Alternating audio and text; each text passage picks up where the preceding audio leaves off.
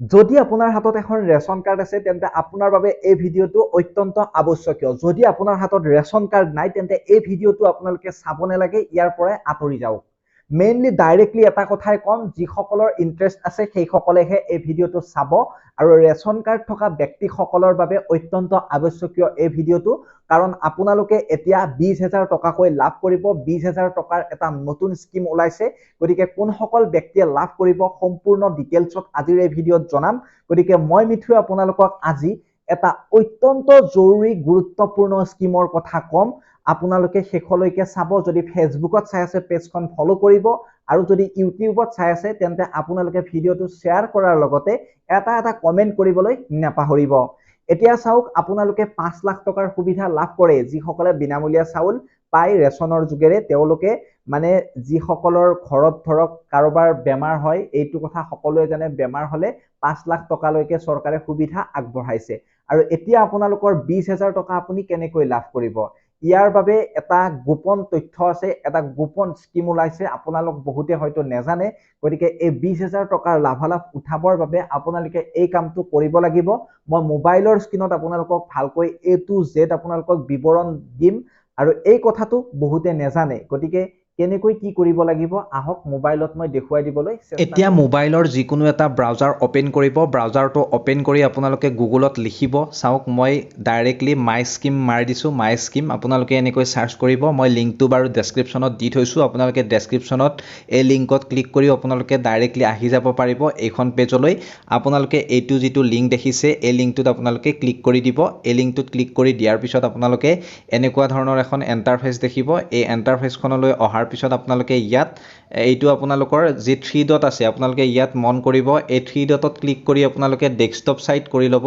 ইয়াত ক্লিক কৰি আপোনালোকে চাব, ইয়াত এইটো ডেস্কটপ সাইট ক্লিক কৰি দিব। ডেস্কটপ সাইটত ক্লিক কৰি এনেকৈ আপোনালোকে এই যিটো আপোনালোকৰ চেন্ট্ৰেল স্কিম দেখিছে 330+, ইয়াত ক্লিক কৰিব। 330+ চেন্ট্ৰেল স্কিম দেখাৰ পিছত আপোনালোকে ইয়াত চেন্ট্ৰেল স্কিমবিলাক দেখিব, বহুত স্কিম দেখিব। আপোনালোকে চাওক, বহুত স্কিম দেখিব। ইয়াত কিন্তু কোনটোত ক্লিক কৰিব লাগে মই আপোনালোকক জনাম। তাৰ আগতে আপোনালোকে যিসকলে লাইক কৰা নাই সকলোৱে এটা লাইক কৰিব, যিহেতু নতুন হয়।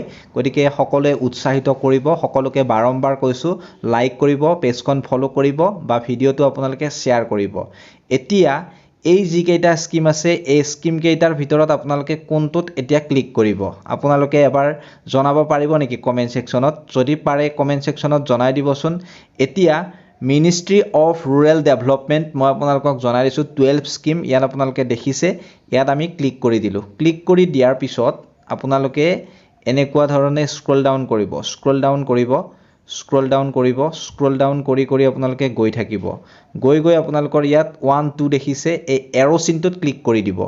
এৰো চিনটোত ক্লিক কৰি দিয়াৰ পিছত আপোনালোকে ইয়াত বহুকেইটাই আপোনালোকৰ স্কিম দেখিব। নেশ্যনেল ফেমিলি বেনিফিট স্কিম আপোনালোকে এইটো দেখিছে আৰু তলত আছে চেনচাত আদাৰ্ছ গ্ৰাম যোজনা। আপোনালোকে ইয়াত নেশ্যনেল ফেমিলি বেনিফিট স্কিমত আপোনালোকে এই এৰোটোত ক্লিক কৰি দিব। ক্লিক কৰি দিয়াৰ পিছত আপোনালোকে ইয়াত সকলোখিনি ডিটেইলছে পাব বা আপোনালোকে কেনেকৈ কি কৰিব লাগিব ইয়াত জনোৱা আছে। মই আপোনালোকক জনাই যাম এফালৰ পৰা। ইয়াত যেহেতু ইংৰাজীত আছে, ইংৰাজীত সকলোখিনি অসমৰ মানুহে বুজাত অসুবিধা হয়। গতিকে মই এইটো অসমীয়াত কৰি আপোনালোকক দেখুৱাই দিবলৈ চেষ্টা কৰিছোঁ। অসমীয়াত আপোনালোকে ভালদৰে বুজি পাব, যিহেতু বুজাত সুবিধা হ'ব অসমীয়াত। চাব সবিশেষ MORDৰ ছাতি আঁচনি ৰাষ্ট্ৰীয় সামাজিক সাহায্য কাৰ্যসূচী অৰ্থাৎ NSPৰ অধীনত এখন পৰিয়াল কল্যাণমূলক আঁচনি। এই আঁচনিখনত মৃত্যুৰ কাৰণ নিৰ্বিশেষে প্ৰাথমিক জীৱিকাৰ মৃত্যু হ'লে শোকসপ্ত পৰিয়ালসমূহক আৰ্থিক সাহায্য প্ৰদান কৰা হয়। মৃত দৰিদ্ৰৰ ঘৰৰ এনে জীৱিত সদস্যক পৰিয়ালৰ সুবিধা প্ৰদান কৰা হ'ব। যিজন স্থানীয় অনুসন্ধানৰ অন্তত ঘৰৰ মুৰব্বী বুলি ধৰা পৰে, এনে এজন জীৱিকাৰ মৃত্যু হ'ব লাগিছিল, তেতিয়া তেওঁৰ বয়স 18 বছৰৰ অধিক আৰু বয়স 60 বছৰৰ কম হ'ব লাগিছিল।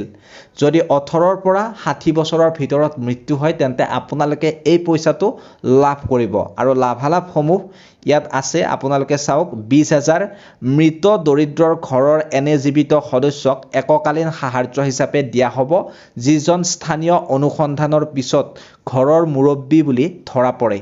এটা পৰিয়ালৰ জীৱিকাৰ মৃত্যুৰ প্ৰতিটো ক্ষেত্ৰতে এই সাহায্য দিয়া হ'ব ইয়াত উল্লেখ কৰিছে আৰু যোগ্যতা কি লাগিব আপোনালোকক বা এলিজিবিলিটি কি লাগিব চাব আবেদনকাৰীৰ ভাৰতৰ নাগৰিক হ'ব লাগিব তাৰ পিছত আবেদনকাৰীৰ পৰিয়ালটো দৰিদ্ৰ সীমাৰেখাৰ তলত বাস কৰা হ'ব লাগিব তৃতীয়তে কৈছে আবেদনকাৰীৰ পৰিয়ালৰ প্ৰাথমিক পোহপাল দিয়াজন নিশ্চয় মৃত বা মৃত বুলি প্ৰমাণপত্ৰ লাগিব মৃত জীৱিকাৰ বয়স 18 বছৰৰ অধিক আৰু 60 বছৰৰ কম হ'ব লাগিব 5 নম্বৰত কৈছে আবেদনকাৰীজন হ'ব লাগিব পৰিয়ালৰ উত্তৰাধিকাৰী প্ৰাথমিক জীৱিকা তাৰ পিছত আপোনালোকৰ আবেদনৰ প্ৰক্ৰিয়াখিনি জানি লওক আবেদনৰ প্ৰক্ৰিয়াখিনি ইয়াত আছে আৰু যদি মই আপোনালোকক জনাই যাওঁ ভিডিওটো বহুতেই দীঘলীয়া হৈ যাব গতিকে আবেদনৰ প্ৰক্ৰিয়াখিনি আপোনালোকে ভালদৰে পঢ়ি ল'ব স্ক্ৰিনশ্বট এটা মাৰি পঢ়ি ল'ব যদি আপোনালোকে নেজানে উলিয়াব তাৰ পিছত নথিপত্ৰৰ প্ৰয়োজন কি নথিপত্ৰ লাগিব